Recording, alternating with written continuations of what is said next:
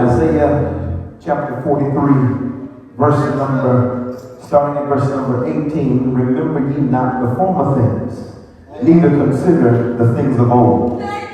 Verse number 19. Behold, I will do a new thing. Behold, I will do a new thing. Now it shall spring forth. Shall you not know it? I will even make a way in the wilderness and rivers in the desert. God is doing a new thing. You want to clap your hands if you believe it. Thank you, Reverend, for confirmation. Because I just believe somebody in the house today knows beyond the shadow of a doubt that our God is an awesome God. If you know it, you want to clap your hands. If you believe it, you want to clap your hands. If you hold on to the fact that God is an awesome God who reigns from heaven above with wisdom, with power and love, that our God is an awesome God, then you also know that He is worthy to be praised. He's great and He is greatly to be praised.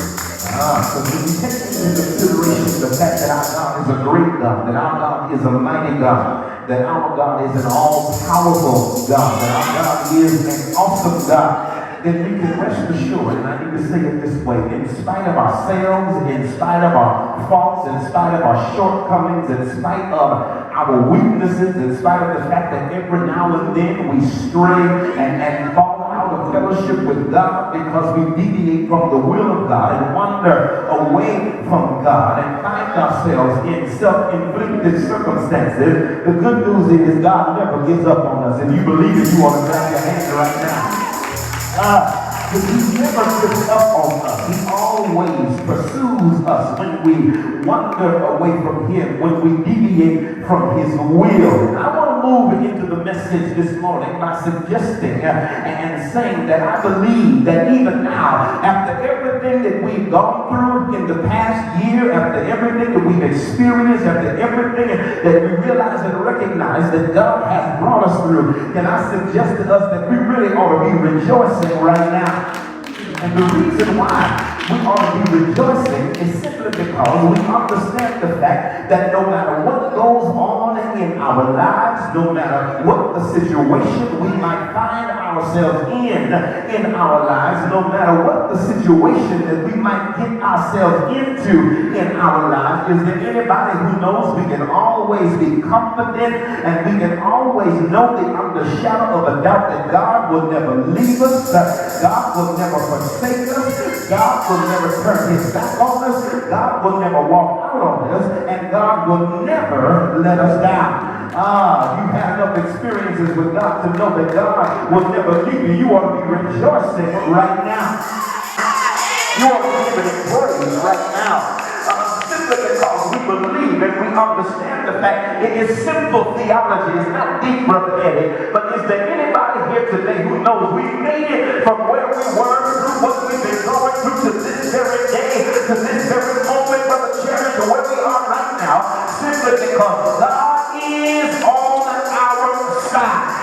I told you, it's not deep theology. You ought to just give God praise because you know through all of the hell and all of the jacked up situations you've been going through, you made it through it all because God is on your side. I wonder if I'm talking to somebody here today who knows that if God is on your side, if God be for you, He's more than the world against you. What shall we then say to these things? If God be for us, somebody say, who can be against us? If God is on your side, can I tell you, you can rest assured that what God has for you, I'm talking to somebody this morning, what God has for you, it is yours. If God is on your side, you can rest assured that if God takes you up, there is nobody who can bring you down. I'm going to get on somebody's street. If God is on your side, then you can rejoice in knowing that when your enemies and your haters are trying to take you down,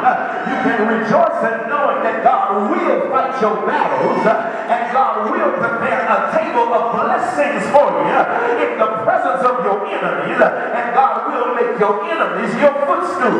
If you know that God is on your side, then according to this particular text, everybody, every one of us ought to be rejoicing right now because you understand the fact that whatever you are dealing with, no matter how difficult, impossible, or perplexing it may seem, the good news is God is able to make a way.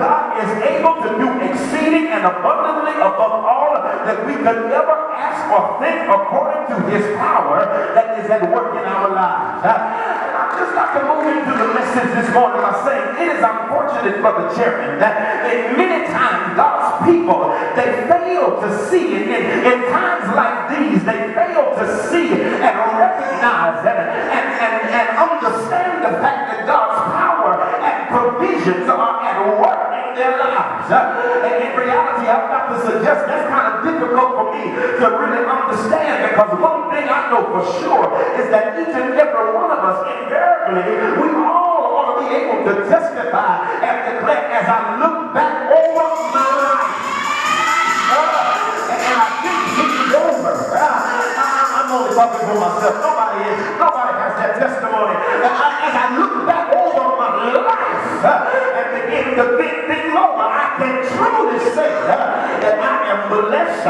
have a testimony.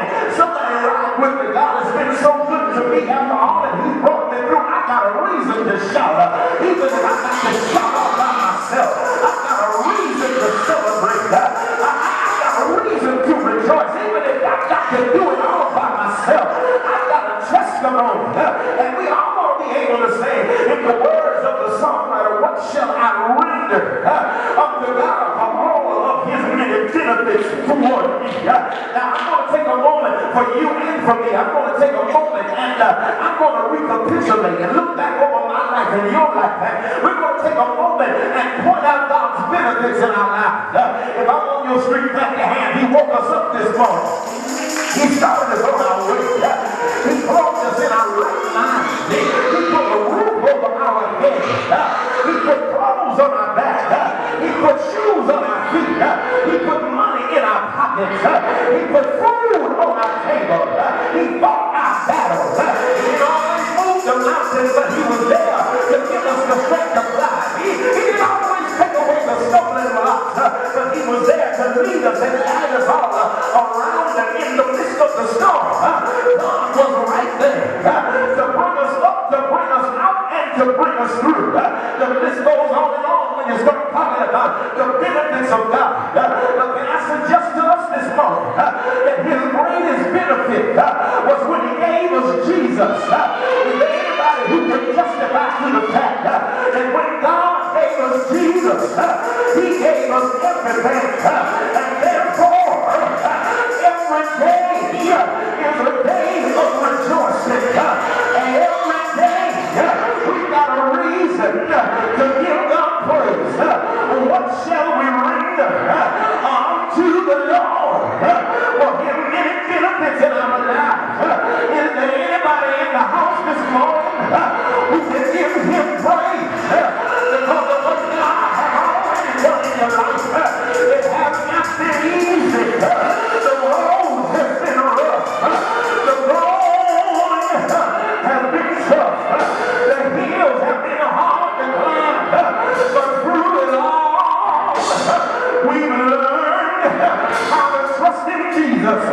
Through it all, we've learned how to trust in God. Through it all, we've learned how to depend on his word. Somebody ought to praise God for what he's already done. But is there anybody here who can praise God for what he's doing right now? I wish somebody would lift your hand